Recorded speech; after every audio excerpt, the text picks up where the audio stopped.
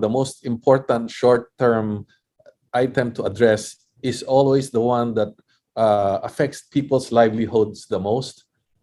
This inflation on food and basic transport and electricity, we have seen what can immediately and very quickly descend into chaos if people have a problem with food. It almost happened to us during the pandemic when people started taking over food resources and places to live. The second thing we have to address is a medium-term thing, but has a very, very big impact.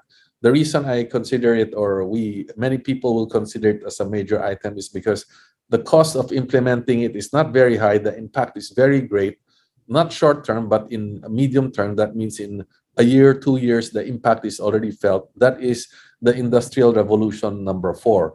That means that we have to address our education and the digitalization of our economy, because that can immediately reduce traffic, increase enterprise without a lot of investment. So that's the second thing that we have to address. It's a medium-term thing. And the third thing that I would consider propose to the government that is very, very important is, of course, this foreign policy issue. It's a medium term in that, if you don't have the food and inflation addressed, this might become secondary. But in the medium term, it is very fundamental because it could eliminate all the advantages of everything else. Now, if we look at, for instance, Ukraine, a powerful manufacturing sector, a powerful agricultural sector, a very big country, beautiful country, but it could descend into war and everything gets wiped out. And they keep, some Western countries keep proposing and pushing them to continue fighting.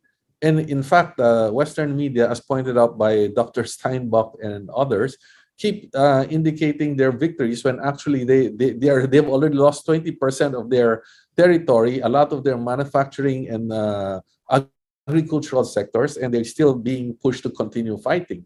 So, we would say, let's not get into that situation. Let's sidestep the issue, but we want a certain proposal that we don't need to keep addressing defensively and react and respond to how the powers tell us that they want us to be in this position or that. We can actually take the initiative to help shape in ASEAN and in the West and in the world how the policies are formulated. We can start helping shape the directions of these.